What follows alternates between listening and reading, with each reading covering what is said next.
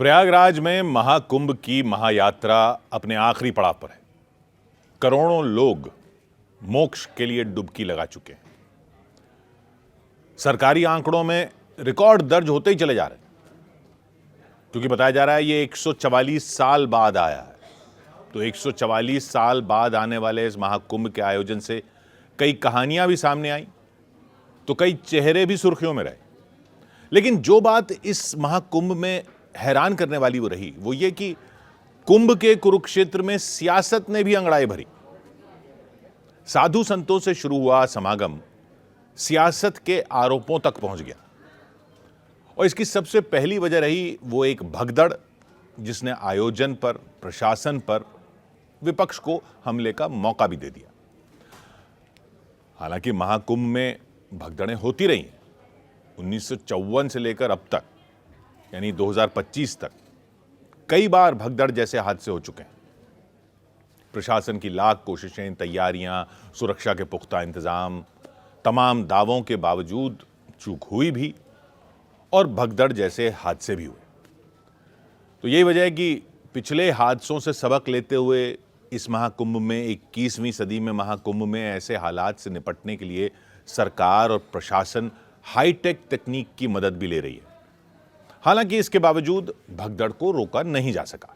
हादसा हुआ, चर्चा भी हुई, आरोपों की बयार भी चली, और फिर सियासत की धारा प्रयागराज की तरफ मुड़ गई। दरअसल महाकुंभ देश ही नहीं, दुनिया का सबसे बड़ा आयोजन है। दुनिया का सबसे बड़ा आयोजन। यही वजह है कि इसमें सियासत भी खूब हो रही है। कोई इस भव्य और दिव्य आयोजन को मृत्यु कुंभ कह रहा है, कोई महाकुंभ जैसे आयोजन को फालतू बताकर और विवाद खड़ा कर रहा है, तो उन पर कहा जा रहा है कि ये सनातन का अपमान कर रहे हैं।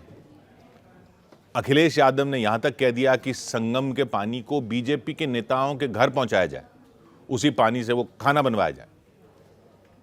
उधर अफजाल अंसारी ने कहा कि अब नर्क में कोई नहीं बचेगा, स्वर्ग हाउसफुल हो जाएगा। मैं हमेशा गया हूं, और अगर आप कहो तो तमाम वो पिक्चर्स मैं शेयर कर सकता हूं आपसे, जिसमें समय समय पे मैंने गंगा में स्नान लिया है। कम से कम वो भी शेयर करें जो दूसरों को कह रहे हैं कि गंगा में नहाओ। और कुंभ में जाने की जो परंपरा है, वो कई मायनों में कई तरीके से परंपराएं हैं।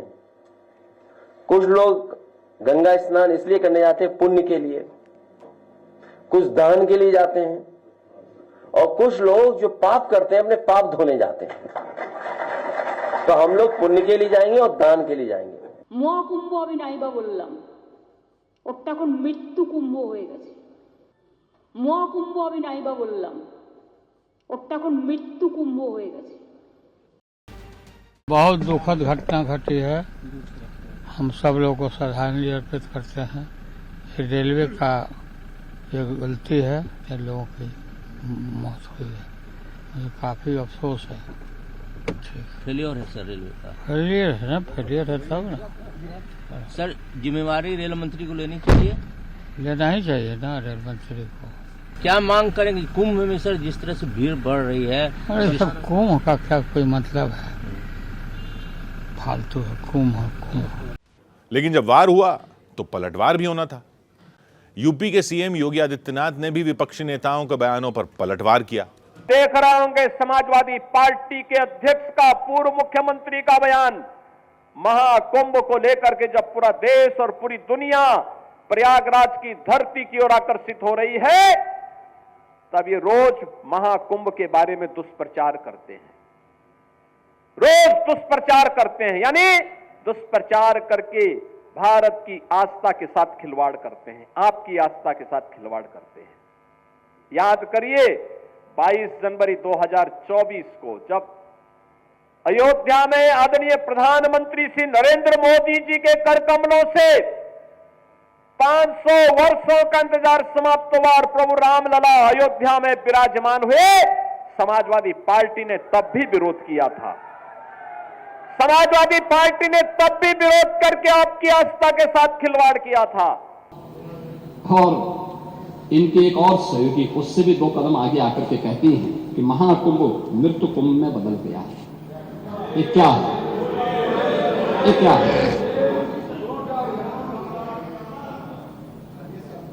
मल्लिकार्जुन खड़गे कांग्रेस के नेता अध्यक्ष कहते हैं कुंभ भगदड़ में हजारों लोग मारे गए।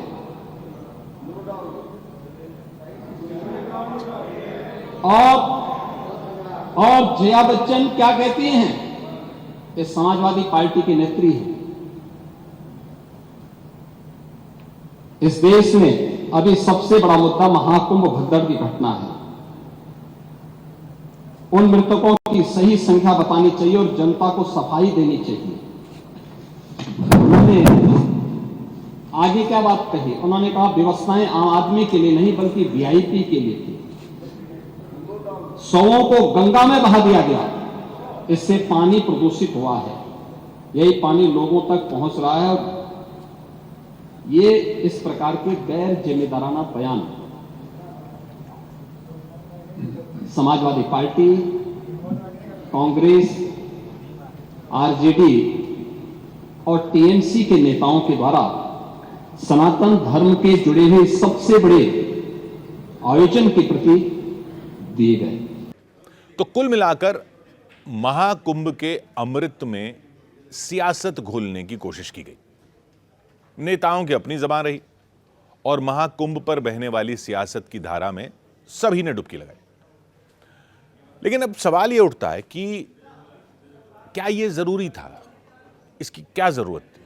आयोजन के इंतजामों को लेकर आरोप प्रत्यारोप के जरिए जो लोग कह रहे हैं कि इससे आस्था को चोट पहुंच रही है, वो करने की क्या जरूरत थी? संतों का मानना है कि नेताओं की बदजुबानी से सनातन की आत्मा आहत हुई है।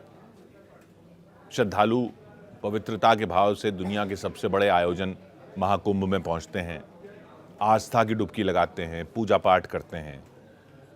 श्रद्धालुओं के साथ देश के प्रधान और बड़े बड़े नेता, अभिनेता महाकुंभ में स्नान कर चुके हैं। लेकिन अमृत स्नान वाले स्थान को मृत्यु कुंभ क्यों कहा गया, यह सवाल उठाया जा रहा है कि भाई ये आस्था का अपमान नहीं है तो क्या है? अब संतों का, सनातन पर आस्था रखने वालों का, सनातनियों का सबका गुस्सा भड़क रहा है, क्योंकि बात भगदड़ से शुरू हुई थी, फिर यहां तक आ पहुंची है। तो आजादी के बाद से अब तक कब कब और कहां कहां महाकुंभ का आयोजन हुआ और कब कब भगदड़ें हुई, ये भी देख लीजिए। सबसे पहले 1954 में प्रयागराज में मौनी अमावस्या के दौरान भारी संख्या में श्रद्धालु संगम तट पर पहुंचे थे और भगदड़ की वजह से 800 लोगों की मौत हो गई थी। 800। हरिद्वार कुंभ मेले में भगदड़ मची थी, उसके बाद 200 लोगों की जान चली गई थी। 2003 में नासिक कुंभ में भी हुआ था हादसा। 2013 में प्रयागराज रेलवे स्टेशन पर भगदड़ मची थी, तब 42 लोगों की जान चली गई थी। इसके बाद इस बार 2025 के महाकुंभ में मौनी अमावस्या के स्नान के दौरान भगदड़ मची और सरकार ने बताया कि 30 लोगों की मौत हो गई। इसके अलावा महाकुंभ में कई जगहों पर अग्निकांड की खबरें भी आ चुकी हैं। लेकिन इस सब के बावजूद महाकुंभ में आस्था का सैलाब उमड़ रहा है, उमड़े ही जा रहा है। 50 करोड़ से ज्यादा श्रद्धालु डुबकी लगा चुके हैं, ऐसा प्रशासन बता रहा है। तो क्या ये जो लोग आ रहे हैं, जो ये आस्था का सैलाब आ रहा है, इस आस्था के सैलाब को सनातन पर दागी गई सियासत की गोली का जवाब माना जाए?